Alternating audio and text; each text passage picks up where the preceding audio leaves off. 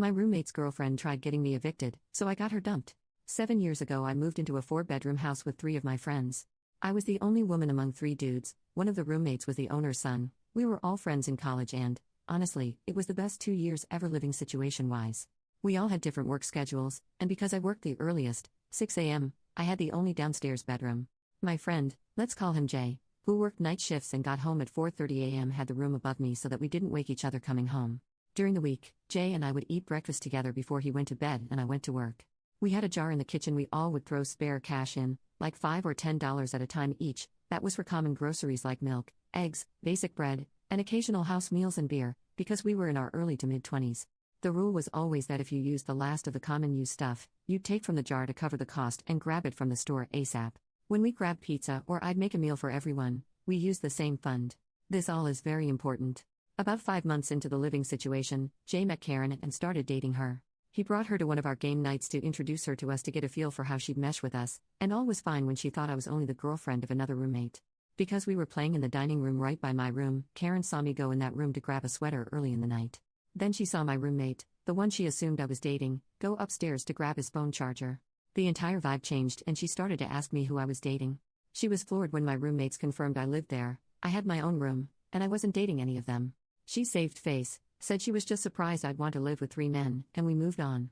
Cam, the owner's son, and I were the only ones that realized Karen saw this as a problem. After that, she started coming over right after I got off work and only leaving when Jay went to work. If I came out of my room to the living room, she'd ask why I was out there. If I was going to the kitchen, she would remark that I was being disrespectful to her and Jay and interrupting their time together. If I was talking to Jay when she got there, she'd practically grind on him and shove her tongue down his throat.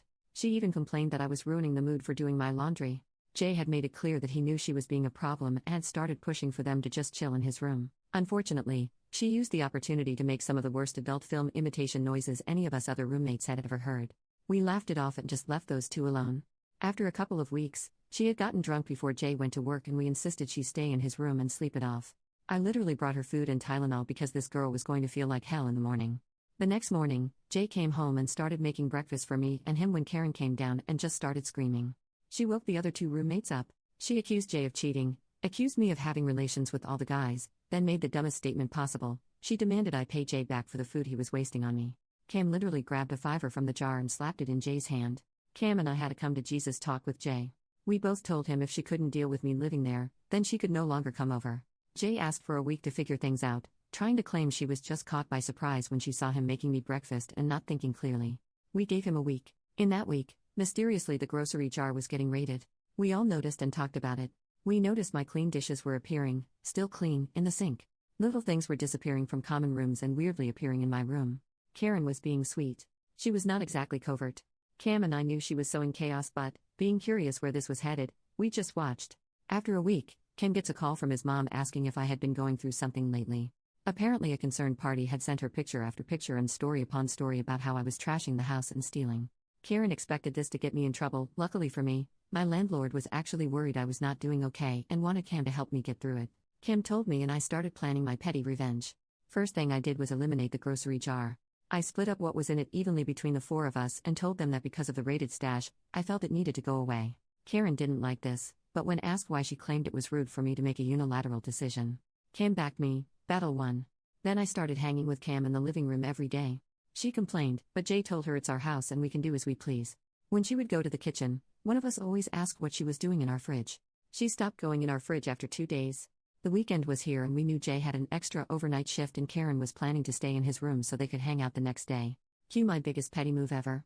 Just a little information. Cam and I met in college where we both studied theater. Specifically acting. That Friday we hung out in his room, right next to Karen's. We made a bit of a show when Jay left and acted like he could not know that Cam and I were hanging out alone in his room. This caught Karen's attention.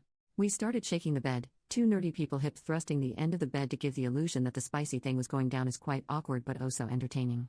Within minutes we got a text from Jay asking what we were doing. Cam replied playing video games. After 10 minutes, we stopped the bed shaking and actually did play video games, on mute. When Jay demanded a FaceTime session, he saw exactly what he needed to see, me beating Cam in Mario Party. We cycled through this for a few hours. After a while, we decided to put the finishing touches on. We made a big deal about me needing to go to my room before Jay got home, and Karen took the bait. We could see the little bit of light being cut off in the slightly open door by her watching. Cam and I stage kissed, and I headed to the living room. Jay came in 10 minutes later to find me watching a movie, normal for me, and asked what was up. I told him I'd been up playing video games all night with Cam. He tells me Karen claimed we were doing the nasty and I told him we didn't. He goes to bed. The next day Jay calls a house meeting without Karen. He tells us she's making claims of us having a relationship and hiding it from him. We say she's full of it. We tell him about the frame job she tried to pull, how she went to Cam's mom to get me in trouble. Jay asks our other roommate if he heard anything from the bedroom. Bro doesn't even flinch and says I heard, me, calling Cam her beach and the usual Mario Party shit talk. They weren't banging. Jay asked about the grocery jar. We all told him we suspected Karen. The next day he broke up with her for trying to turn him against us. He called her a liar and a thief. A few months later he dated another girl, she was awesome and they're married now. I was a bridesmaid. But the absolute best part, Karen being one of the waitstaff and seeing Cam with his wife and me with my fiancé, telling them the story of how we once dry humped a mattress fully clothed to get back at a thief. Yes, Jay knows the whole story, and he didn't mind at all. To address the reason Jay wanted to know if we were actually getting funky, he is the kind of dude that hates useless secrets. If Cam and I were hooking up, he'd be fine with it. If we were hooking up and actively hiding it from him like we couldn't trust him, he'd have an issue. That was why we played hard into the Jay can't know part, though Cam says Jay secretly wanted us, Cam and I, to get together but nah.